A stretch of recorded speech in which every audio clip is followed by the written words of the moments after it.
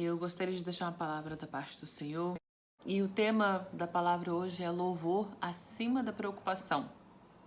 É baseado em uns estudos que eu fiz online, de uma preletora que eu gosto muito, a Brenna Kate Simmons. Então, primeiro eu queria falar um pouco sobre a nossa mente, né? Como a nossa mente, pelo que eu entendo, né? Nós somos programados a agir e pensar de certos modos.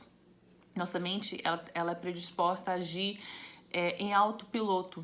O que isso significa? Por exemplo, eu dirijo. Então, muitas das vezes, quando eu estou indo para um lugar que eu vou todos os dias, o meu carro ele vai sozinho. Isso acontece de uma forma tão automática que a pessoa nem lembra que fez, porque agir em piloto automático. E assim, a nossa mente, nós somos predispostos a criar esse tal piloto automático, né? Então, nossa mente, a gente meio que programamos a nossa mente a pensar e agir de certos modos, em certas ocasiões, né? Em momentos nos tornamos prisioneiros da ansiedade, da tristeza, da preocupação, do medo, da depressão, da incredulidade e baixa autoestima. Nós nos subestimamos, né? E nós programamos nossa mente a pensar assim: eu não posso, eu não consigo, eu não sou capaz. Isso é uma palavra que eu estou dizendo e ela está voltando para mim, porque muitas das vezes eu penso assim, eu faço planos, eu quero fazer isso, eu quero ter uma intimidade maior com o Senhor, e aí eu crio o plano na minha mente, e depois chega no dia seguinte, a minha mente, eu não consigo, eu não sou capaz, eu não vou conseguir. O ser humano, ele tenta sempre achar explicações para tudo. Câncer, AIDS, leucemia, né? Algumas estatísticas de morte nos Estados Unidos, eu pesquisei online, por doenças cardíacas por ano, em média, 647.457 mortes por ano. Câncer, 599.108. Acidentes, né, ou machucados não intencionais, 169.936 mortes. Problemas respiratórios crônicos, 160.201, isso por ano, não é por 2 anos, é cada ano. Problemas cardiovasculares, como ataque cardíaco, 146.383. Alzheimer, 121.404. Diabetes mata por ano, em média de 83.564. Influenza e pneumonia, média de 55.672 por ano. Outras causas de mortes intencionais, ou seja, suicídio, mata tristemente 47.173 por ano. E agora nós estamos no Covid-19. E o maior desafio desse Covid-19 são as incertezas. E o ser humano, ele não é acostumado a lidar com incertezas. O ser humano não foi predisposto a lidar com incertezas. Nós fomos feitos para descobrir, para estudar, para pesquisar e achar respostas. E quando não achamos, isso causa frustração, isso causa medo, isso causa incerteza, isso causa ansiedade, causa incredulidade, né? E é o momento em que estamos vivendo atualmente. E em Salmos, nós encontramos um novo sentido para diante de todas essas incertezas. Vamos começar com Salmos 46, do verso 1 ao 3. Ele diz: Deus é o nosso refúgio e fortaleza, socorro bem presente na angústia, pelo que não temeremos. Ainda que a terra se mude, e ainda que os montes se transportem para o meio dos mares, ainda que as águas rugem e se perturbem, ainda que os montes se abalem pela sua braveza. Primeiro ponto dessa palavra de hoje que encontra nesse salmo refúgio. Deus é o nosso refúgio. Quando eu leio esse salmo, eu fico imaginando, né? A palavra está aí: não temeremos, não temais. Aí fala, ainda que a terra se mude, ainda que os montes se transportem para o meio dos mares. Eu fico imaginando os montes se desabando no meio do mar. E a palavra diz o quê? Não temereis, né?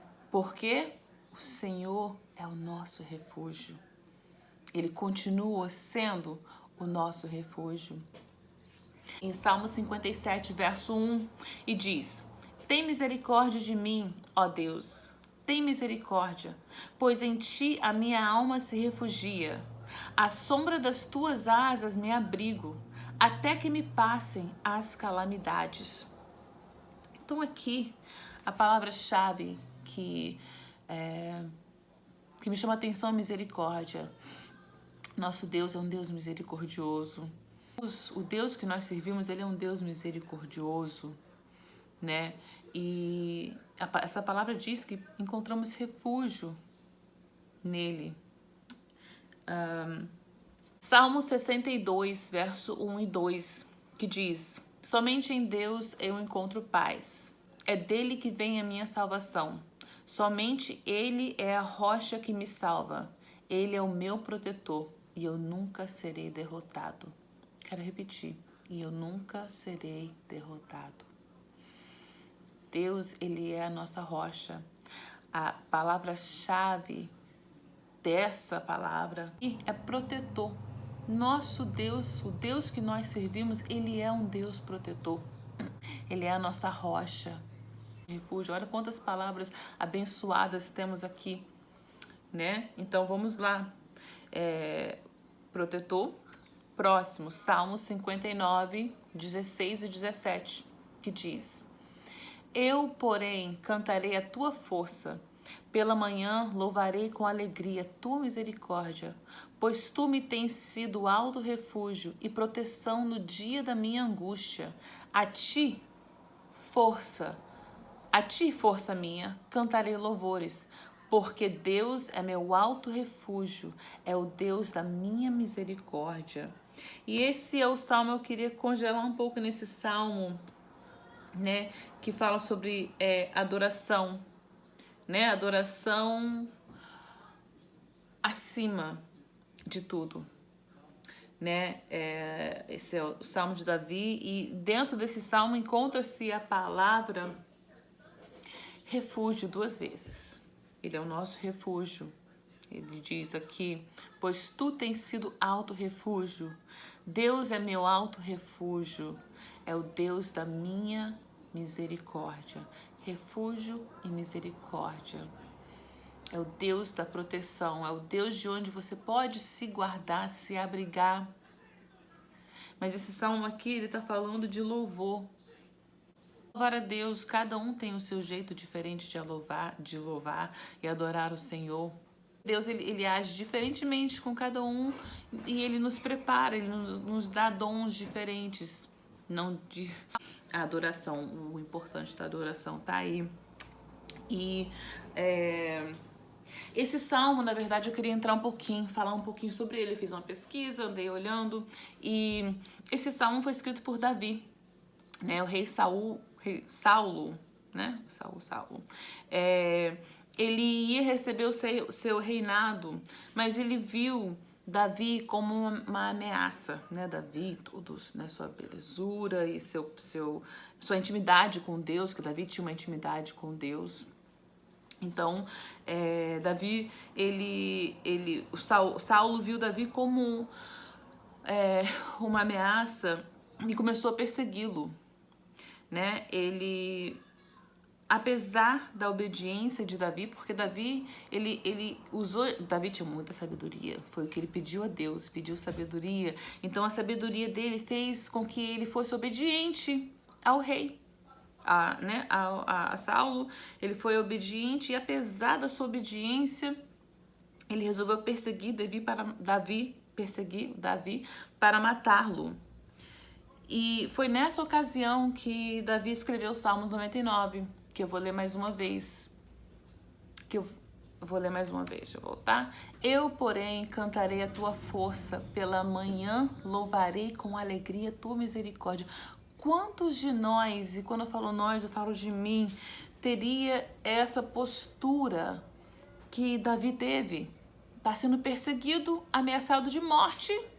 Eu cantarei a tua força, pela manhã louvarei com alegria a tua misericórdia.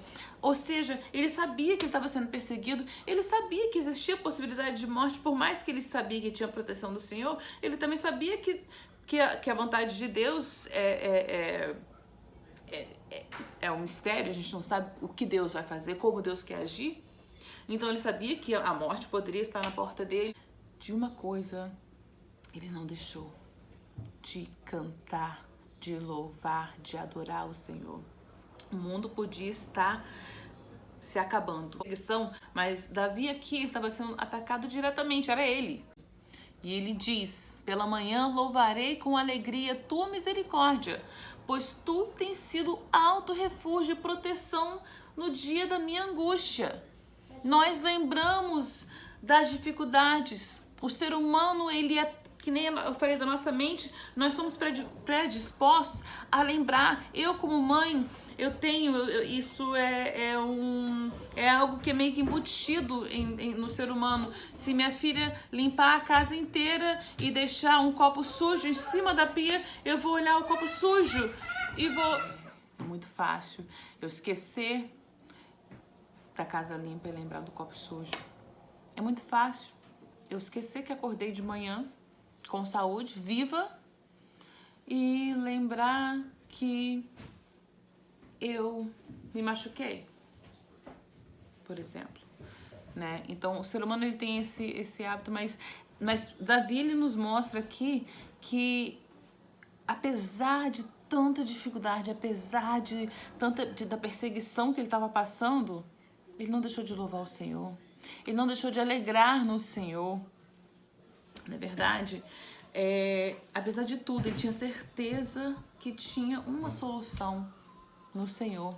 A mesma solução que ele tinha, nós também temos. 2 Coríntios 12, 9, ele fala: e ele me disse, a minha graça te basta, porque o meu poder se aperfeiçoa na fraqueza. Por isso, de boa vontade, antes me gloriarei nas minhas fraquezas, a fim de que repouse sobre mim o poder de Cristo. E eu vou finalizar aí essa palavra, né? Quando Paulo escreveu, e quando ele descobriu que era na fraqueza dele que ele, o Senhor, iria agir, ele começou a se alegrar da fraqueza. Aí um outro segredo que nós temos, que o Senhor tem na palavra dele para nossas vidas. Se você tem uma fraqueza, muitas das vezes a gente tem a nossa mente, né? Ela é preparada para quê? Para ficar triste com as fraquezas, ficar tristes com as derrotas. Mas se a gente começar a pensar aqui como Paulo pensou, assim que o Senhor falou com ele, se alegrar nas fraquezas, porque são nas fraquezas que eu me torno forte. É nos momentos em que nós não conseguimos mais agir, é onde eu, Viviane, não tenho mais força, que o Senhor entra e trabalha e age em meu favor. Amém? Vamos orar ao Senhor. Soberano Deus e eterno Pai, eu te agradeço, Deus amado, por essa palavra que o Senhor colocou no meu coração. Deus, eu peço perdão, Senhor, pelos meus pecados, pelos nossos pecados em atos, pensamentos, em ações. Que o Senhor tem nos protegido, mesmo sem que tenhamos percebido, Pai. O Senhor, a sua mão forte, ela tem estado sobre nossas vidas, tem nos protegido, tem nos livrado, Pai amado. O momento de passar pelo vale é permitido, é autorizado, Senhor, pelo Senhor, para que possamos crescer, Pai, para que possamos, Senhor, aprender, Senhor.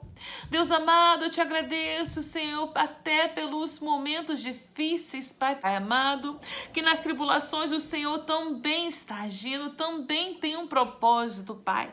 Eu tenho convicção que a tua vontade é perfeita, Pai amado. Amado, peço que o teu Espírito Santo venha cobrir, Senhor, a vida de cada um de nossas vidas e toque em cada coração, cada vida, Senhor, trazendo, Pai amado, a paz, a tua santa paz, Senhor. Pai amado, pedimos e já te agradecemos em nome do teu Filho amado Jesus Cristo. Amém.